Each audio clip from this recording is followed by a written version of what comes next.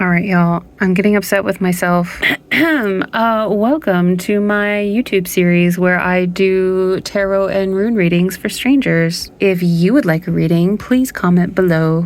So I'm getting frustrated with myself because YouTube doesn't offer any kind of feature in their app to let you stitch multiple videos from your phone together. I don't know if that's something that's available on the computer, but I'm not using a computer, I'm using a phone. And it's moments like these I really miss TikTok, because in TikTok it was very easy to record videos right in the app and edit them right in the app. But instead, here we are. And so this is my 4th time starting recording this reading, so I do apologize for that.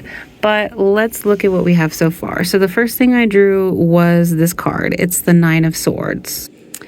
And so this card makes me inclined to ask you if you've been having any nightmares lately. This card is pointing to some severe anxiety. And it's kind of calling you to take control of a situation that's causing you to worry. Now, I don't know what you're worried about, so I don't know how likely it is that this is anything within your control to be able to take action on at all. And if you're anything like me, then it's kind of impossible to just turn that switch off when you have anxiety. Because if something was in your control to do something about it, then you wouldn't be anxious. So instead, I'll tell you to try and focus a little bit every day on something that is within your control. Some way that you can be helpful to someone else or to yourself. Some way that you can nurture, good, positive energy on this planet. Because I know we're going through some really tough times right now. Okay, and so then you got this rune, which has a lot of feminine energy. And there's also a strong, mysterious element to it. And I'm almost thinking of the ancient mystery cults from before Christianity. It's kind of making me think of that. It's kind of making me think of divine matriarchy. The times before agriculture kind of led us into patriarchal leadership, and women were the leaders, and there was a lot more focus on community as opposed to individuality. So with these two combined, it's making me think that maybe you need something or someone or a project or something like that to nurture. Something that would be beneficial to maybe your local community or your online community. I don't know your life. All right, let's keep it going. We're going to draw another card.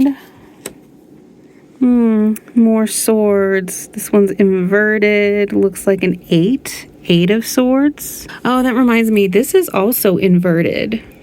So maybe there's something out of balance with regards to femininity or community or I don't know, maybe there's some mystery that you need to overturn. I'm not sure. Anyway, 8 of Swords. I do promise that I shuffled this deck, but this card is telling me that you are somehow imprisoned by some of these self-limiting beliefs.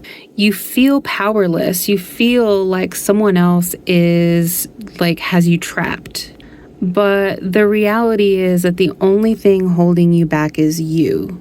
And also with this being inverted, it's also telling me that the worst of whatever you're experiencing in regards to whatever all of this is about is behind you. So yeah, that is actually some pretty good news.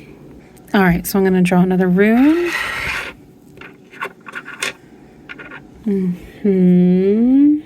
This is another symbol of community. This is also another inverted rune, but when it's not inverted, it can represent men, mankind, or the self. But it can also represent community and friendship. like a group of humans or an individual human, and can also represent a culture, kind of like along the same lines as that. So again, I'm getting this sense of like you needing to get involved in the community or in a community of some kind. All right, this is going to be the last card, and then we'll do one more rune. Another swords card.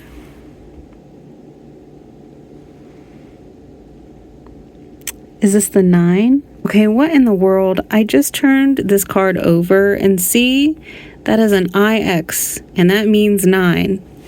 And over here, also at the top, is IX, which means 9. I don't know what the hell is going on here. Is one of these actually supposed to be an 11? Because this looks, sorry, this deck is new, by the way.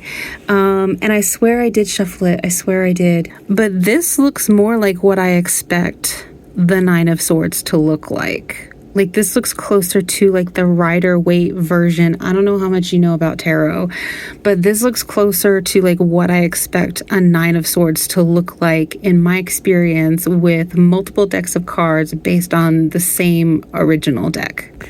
What's also weird is that I count 9 swords in this picture. See, 1, 2, 3, 4, 5, 6, 7, 8, 9. Okay.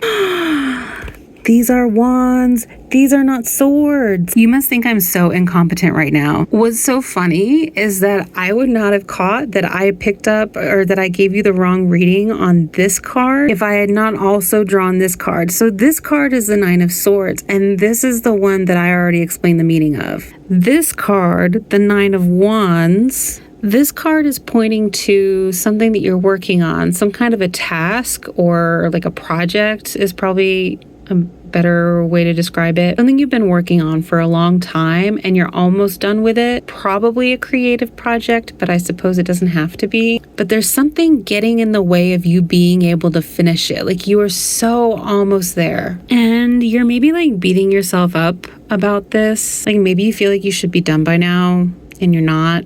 But I think that those like negative feelings are really just like blocking your creativity even further, and you need to chill out with the negative self-talk. Maybe you need to take a break, go outside, spend some time in nature, maybe like practice some kind of other hobbies or engage in like somebody else's creative content to kind of like find inspiration and get those creative juices flowing. But then come back and try and finish the thing and try and do that without like judging yourself so much. I think this actually ties really well into this card, which is like all about like your self-limiting beliefs, because self-limiting beliefs and negative self-talk go hand in hand.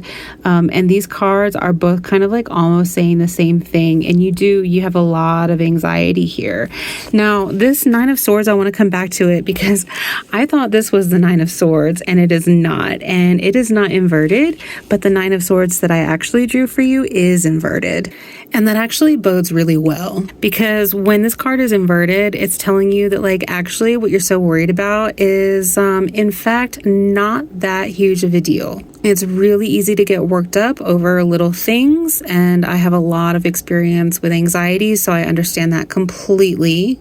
But anxiety can kind of take you over and make you lose sight of the things that are like actually important to you and the agency that you have in your own life. So this is actually calling you to be a little more in the current moment.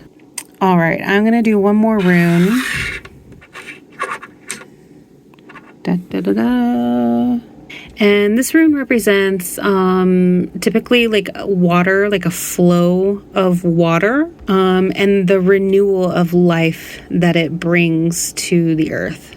So all in all, I don't think that you are in terribly bad shape. It kind of like, it seems that way on the surface is the vibe I'm getting in general from this entire reading. There's a lot of chaotic energy here.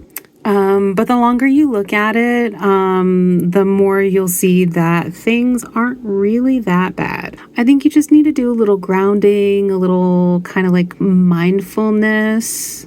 Maybe you want to do some journaling or like talk to a friend about whatever's going on with you. Remember that nothing that we experience in this life is real. That's really all it is an experience. And you get to decide in part what that experience is going to look like. I'm not saying that I don't want to gaslight you, okay? Like, there are some things in this life that are beyond your control and can make your life a hellscape.